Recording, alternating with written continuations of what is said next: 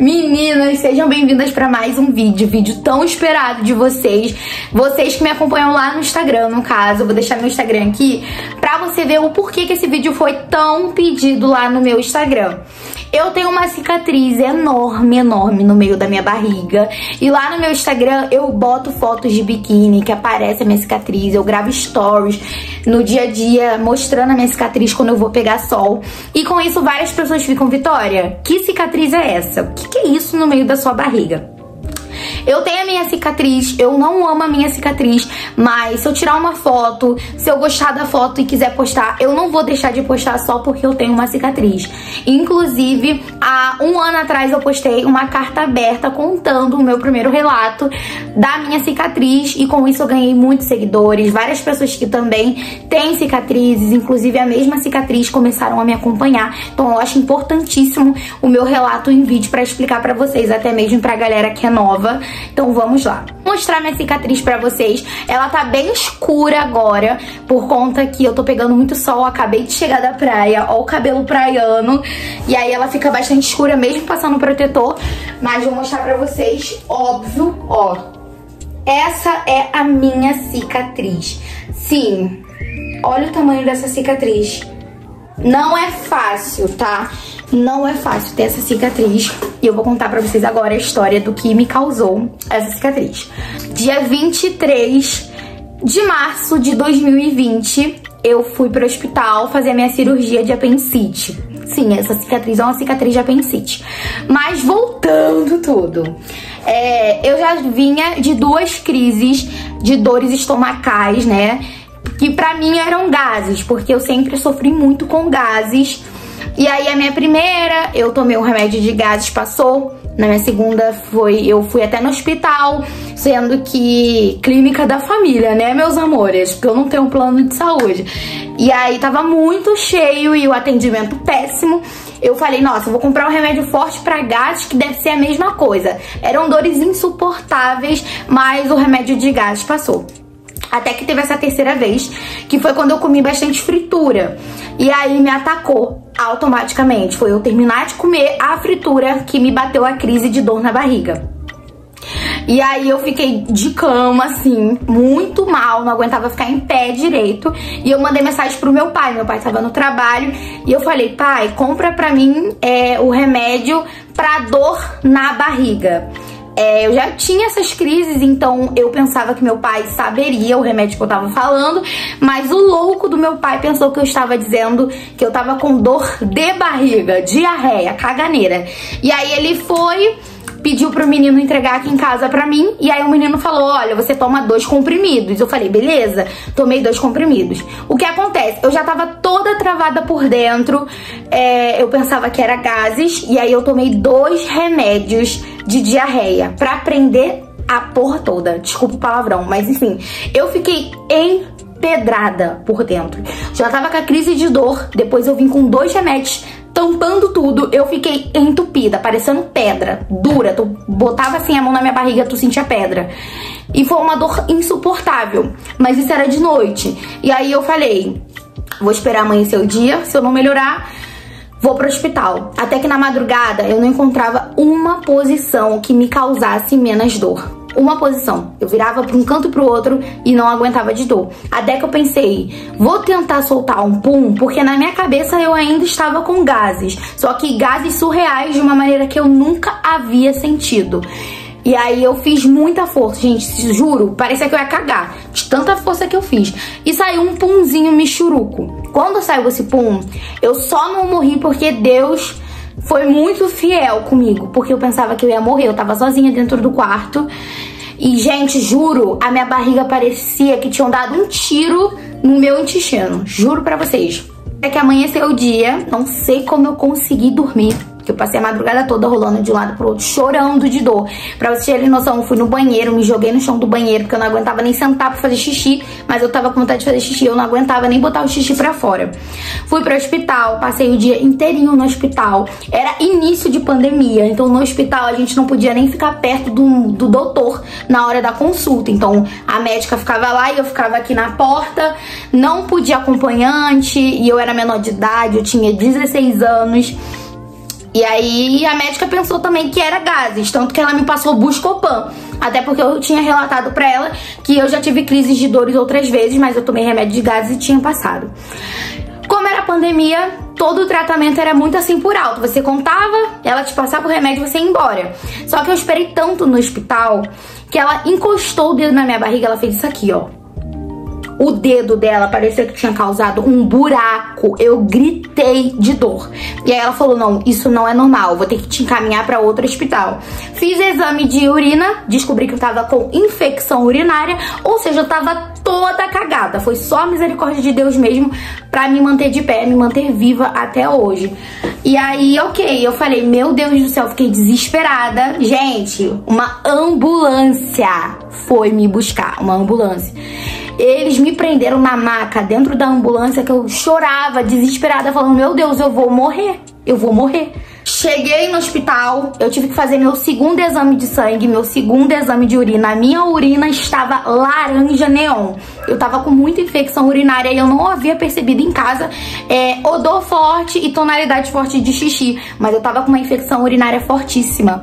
E também acabou causando dores maiores, né? Então, tipo assim, o apêndice quase explodindo. Pra quem não sabe, o apêndice é um órgão que a gente tem no nosso corpo, que ele basicamente, eu tenho um pouco de raiva dele. Que bom que eu não tenho mais ele no meu corpo, entendeu? Que ele foi removido com sucesso pra honra e glória do Senhor. Mas ele só serve pra te matar, entendeu? Só serve pra te matar, não tem função nenhuma. Na minha cabeça não tem função nenhuma.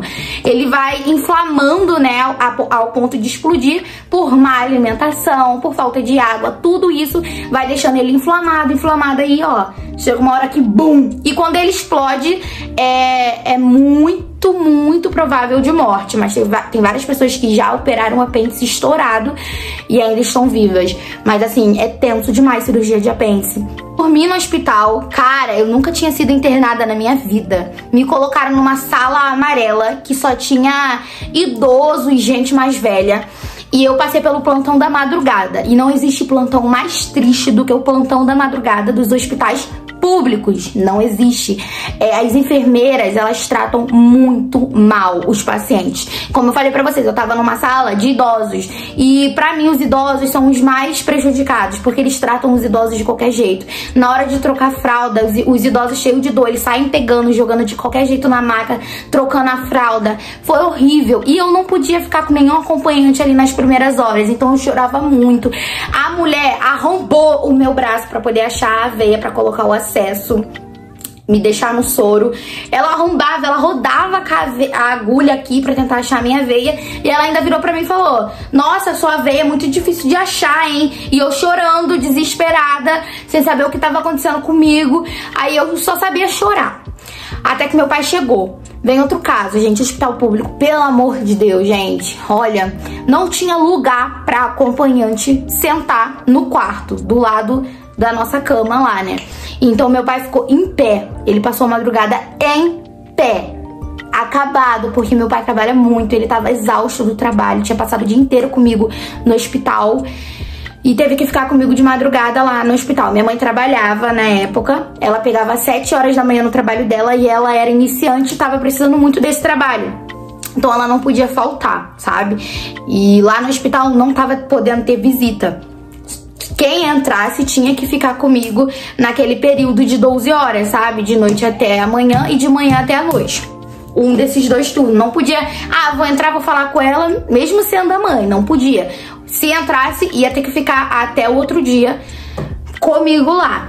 E aí, beleza, gente, eu fiquei com muita pena do meu pai. Muita pena. Eu entrei em dieta, eu fiquei mais de 24 horas sem comer nada, sem comer, sem beber, porque não me deixavam comer e beber nada.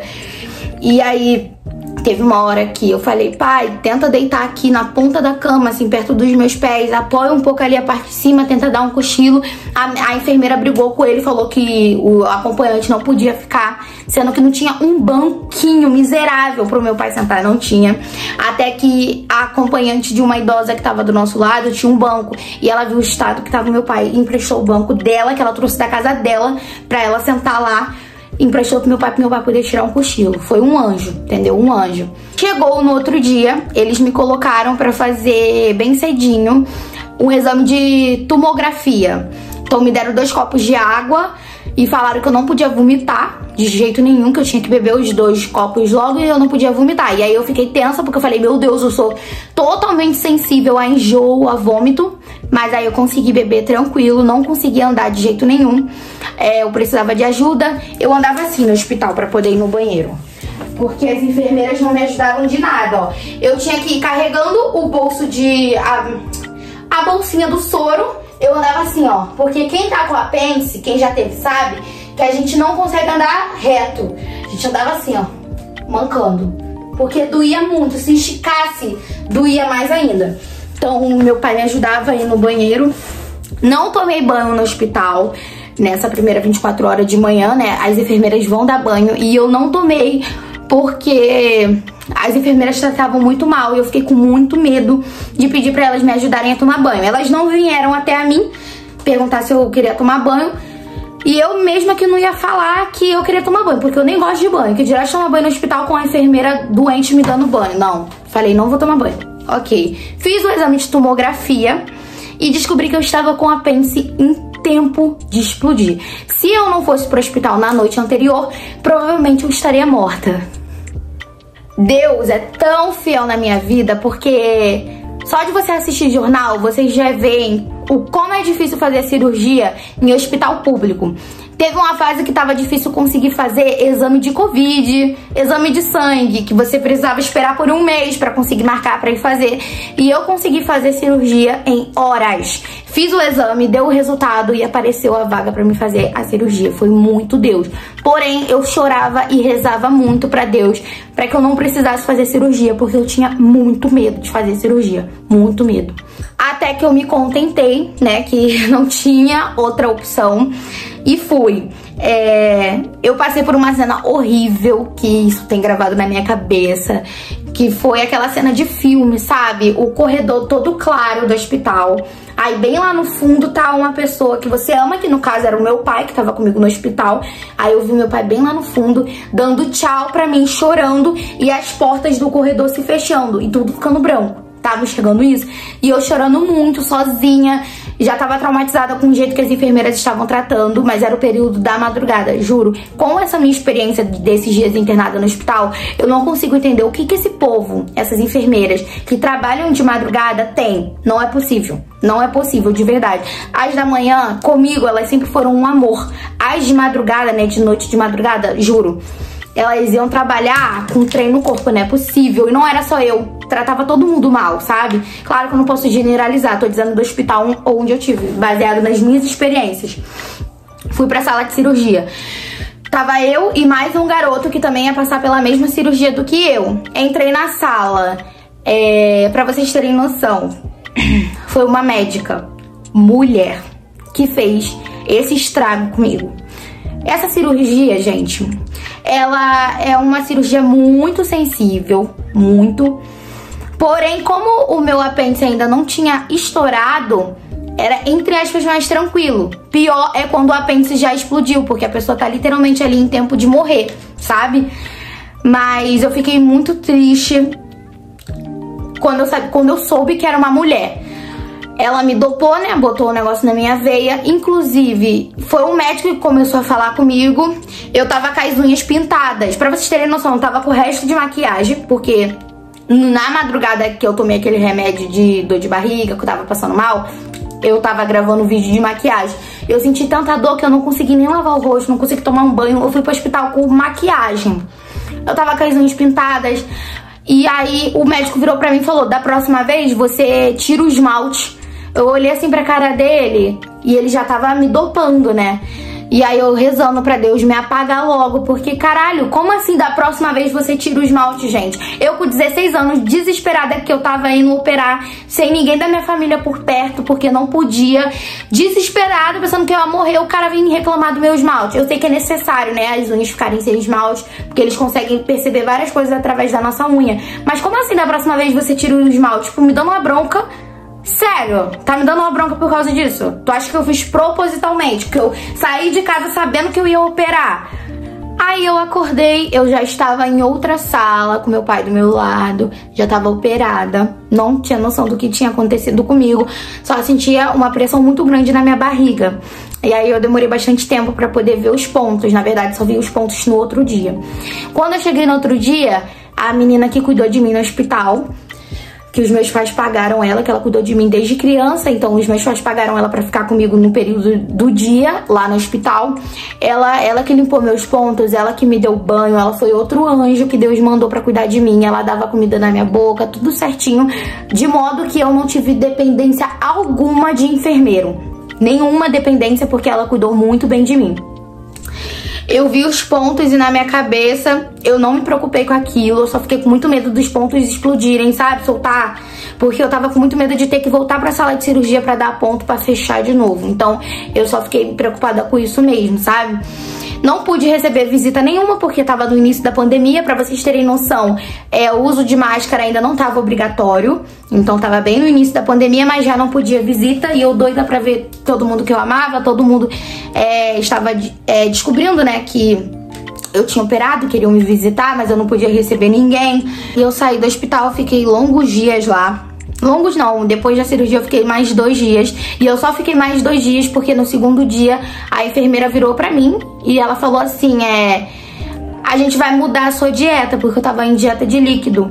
Então eles iam começar a introduzir outros alimentos em mim. E aí eu chorei, eu falei, como assim, doutora? Vai mudar minha dieta, eu não vou embora hoje? Aí ela falou, não, acho que você não pode ir embora hoje não. Aí eu chorei, ela falou, não, calma aí, não chora não que eu vou lá tentar resolver isso pra você. Foi quando eu recebi alta, mas se eu não falasse eu ia ficar uns 2 dias a mais lá. E pra quem é internado, principalmente no hospital público, sabe que horas lá é o inferno. No período da madrugada, né, eu tava tomando remédio na veia todo instante, gente, todo instante. Dipirona, pra vocês terem noção, eles estavam me dando de 3 em 3 horas, 4 em 4 horas. E pra quem não sabe, período, se eu não me engano, do intervalo do dipirona é de 6 em 6 horas. Se te der em menos desse período, abaixa a sua pressão. E aí eles estavam me dando toda hora, me dopando de dipirona. Foi a menina que cuidou de mim e falou, olha só, você não vai tomar mais. Quando a mulher chega aqui, eu vou falar pra ela não te dar dipirona, porque você já tomou, tipo, há 2 horas atrás, ela tá querendo te tacar dipirona de novo. E aí era remédio de dipirona. Quando eu sentia enjoo, ela me dava. Aí era um esquenta, esfria. Quando eu tirava o lençol, me dava quente. Ficava com febre. Horrível, horrível. As enfermeiras da madrugada, quando elas vinham colocar o remédio na minha veia, teve uma abençoada que ela pegou, botou aqui e ela fez tudo de uma vez, assim, ó, bum. Entrou aquele remédio grosso, tudo de uma vez na minha veia. E aí eu gritei de dor. E ela falou, dói um pouquinho. E as da manhã, elas iam devagarzinho, avisando, olha, vai doer, mas eu vou com calma, vou aos poucos, pra vocês verem. O plantão de madrugada, quem trabalha no plantão de madrugada e não é horrível desse jeito, ótimo, que bom. Porque as de madrugada comigo e com os pacientes ao redor, péssimas, péssimas, péssimas. Fui embora. O que eu quero falar, além de contar esse relato pra vocês, o que mais me entristeceu, como eu falei pra vocês, foi uma médica mulher. Uma mulher que tá tomando iniciativa de uma cirurgia de apêndice de uma menina com apenas 16 anos. 16. E ela faz um rasgo desse tamanho. A mulher, ela me sacaneou. Não tinha necessidade, gente. Não tinha necessidade de fazer uma cicatriz desse tamanho. Um corte desse tamanho. Quem já teve cesariana, botou um filho para o mundo, não tem essa cicatriz que eu tenho. Quem olha pra mim pensa que eu fiz o quê? Um parto. Que eu tenho um filho, porque não é possível. Isso daqui, ó, dá pra sair uma criança. Entendeu? Geralmente, a cicatriz de apendicite é mais ou menos aqui, ó. Sabe? Aonde dá pra tampar com o biquíni. Isso aqui a mulher fez de sacanagem comigo. Ó, ela é uma cicatriz hipertrófica, grossa, de alto relevo, grande, tá? Essa cicatriz, ela tem em média 7 centímetros. E o que mais me entristeceu foi isso, gente. Porque foi um rasgo desnecessário, entendeu? Eu fiquei muito chateada com isso, porque como é que a mulher não pensou em mim naquela hora? O papel do médico não é só salvar a sua vida.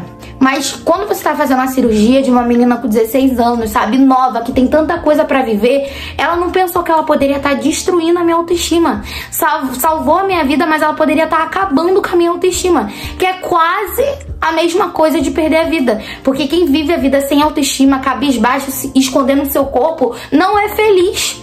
Você tá entendendo? Ela não pensou em mim.